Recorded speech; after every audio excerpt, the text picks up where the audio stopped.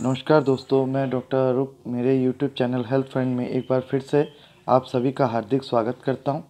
आज मैं मम्स, जिसे हिंदी में गलसुआ और मेडिकल टर्म में पैरोटाइटिस भी कहा जाता है, उसके बारे में कुछ अहम जानकारी आप तक पहुंचाने के लिए आया हूं। ये वीडियो स्टार्ट करूं उससे पहले आप सभी से विनम्र निवेदन है कि अगर अभी तक आपने मेरा चैनल सब्सक्राइब नहीं किया है तो कृपया इसे सब्सक्राइब करें, और अगर मेरा वीडियो आपको अच्छा लगता है तो ज़्यादा से ज़्यादा शेयर एंड लाइक करना ना भूलें।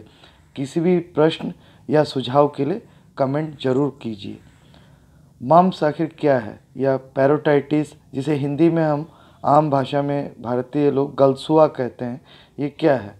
ये आमतौर पे एक वायरल, बहुत ही ज़्यादा कंटेजियस डिजीज़ है, जिसमें हमारी सेलिवरी ग्लैंड जो होता है वो इफ़ेक्टेड हो जाता है। सेलिवरी ग्लैंड इफ़ेक्ट का मतलब क्या है और ये किस प्रकार से ऐसा होता है, तो मैं आपको इसके पूरे डिटेल में जानकारी दूंगा। आमतौर पे जो है मेनली जो 3 ग्लैंड होते हैं, एक पैरोटिड होता है जो कान के पिछले हिस्से में इधर होता है, एक जो है सबलिंगुअल ग्लैंड होता है जो हमारे इस तरफ में रहता है, दूसरा क्या है सब मैंडिबुलर होता है जो हमारे इधर में रहता है थोड़ी के नीचे। इन तीनों पोजीशंस में जो ग्लैंड होते हैं वो आमतौर पे एनलार्ज हो जाते हैं। तो एनलार्ज होकर के उसके कई और लक्षण हैं जिसके बारे में मैं एक एक करके जानकारी दूंगा। आमतौर पे मम्स जो है उसके वैक्सीन्स आते हैं, वैक्सीन्स ही इसका प्रिकॉशंस माना जाता है। इसको ले करके इस बीमारी से बहुत हद तक काबू पाया जा सकता है।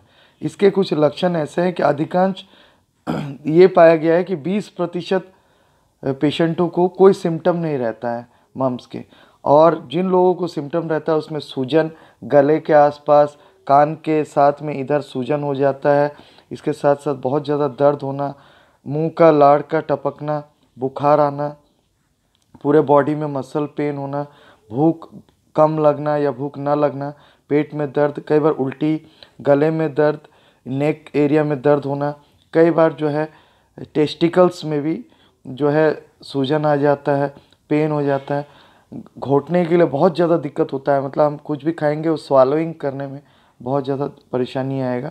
आमतौर पे ये इसके मेजर सिम्टम है। इस बीमारी का जो मुख्य कारण है वो पैरामिक्सोवायरस माना जाता है। ये रूबुला वायरस परिवार का ही एक सदस्य है। इस पैरामिक्सोवायरस के वजह से ही ये बीमारी एक इंसान से दूसरे इंसान के सलाइवा के माध्यम से, थूक के माध्यम से वो फैलता है। तो ये मैंने शुरू में ही कहा, ये कंटाजियस डिजीज़ है, इन्फेक्शियस डिजीज़ है। संक्रमण इसका बहुत जल्दी एक दूसरे के संपर्क में आने पर हो जाता है। एक से दूसरा इंसान जो है बहुत जल्दी ही इसके चपेट में आ सकता है। इसीलिए बेटर है कि जो भी पेशेंट ये बीमारी के शिकार हैं वो अपने आप को तुरंत ही एक रूम में आइसोलेट कर ले, उनके बर्तन वगैरह जो है वो सेपरेट हो जाए।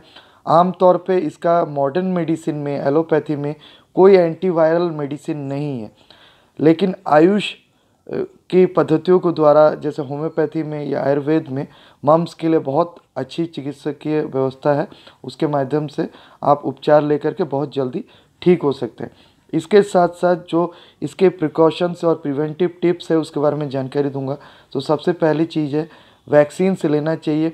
जैसे 9 महीने के पूर्ण होने पर एक शिशु को मीज़ल्स का वैक्सीन लगता है, वैसे ही MMR मीज़ल्स मम्स रूबेला का 15 to 18 मंथ्स में एक वैक्सीन लगता है बच्चों को हमारे देश में। उसके अलावा 4 साल से लेकर के 6 साल तक के आयु वर्ग में भी दूसरा इसका डोज लगता है जब बच्चे स्कूल जाने लगते हैं। तो इन दोनों डोज को, तीनों डोज को ज़रूर कंपलसरी आप लगवाइए, मिस नहीं करना चाहिए। जब भी इस प्रॉब्लम का कोई पेशेंट आपके घर में हो तो उसको आप जो है मुंह को कवर करने के लिए, और नाक से भी जो है उस जुखाम निकल रहा हो तो उसे टिश्यू पेपर का हेल्प लेना चाहिए, जिससे क्या है वो खांसे या जुखाम जो है किसी दूसरे इंसान तक ना पहुँचे जो स्वस्थ है घर में।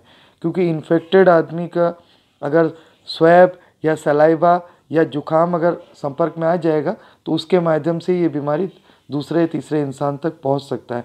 हैंड वॉश बराबर करते रहना चाहिए, कोशिश करना चाहिए साबुन से गुनगुने पानी के साथ या अल्कोहल बेस्ड सैनिटाइज़र के थ्रू से हाथ को साफ रखना चाहिए। कोई भी बर्तन ग्लास वगैरह शेयर ना करें।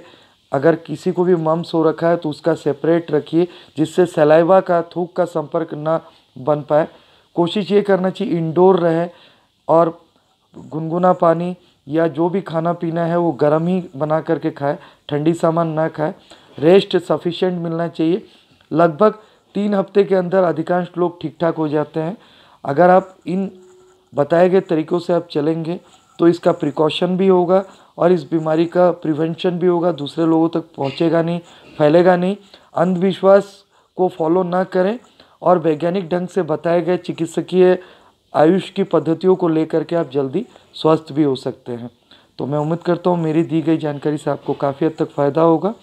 इसके अलावा कोई भी आपको जानकारी या सुझाव चाहिए कमेंट कर सकते हैं। मेरे से चिकित्सकीय कोई भी सुझाव या चिकित्सकीय परामर्श चाहिए तो मेरे तीनों क्लिनिक्स के एड्रेस और मेरा व्हाट्सएप नंबर यूट्यूब प्रोफाइल में दिया हुआ है, आप वहाँ पर भी संपर्क कर सकते हैं। धन्यवाद, नमस्कार, जय हिंद।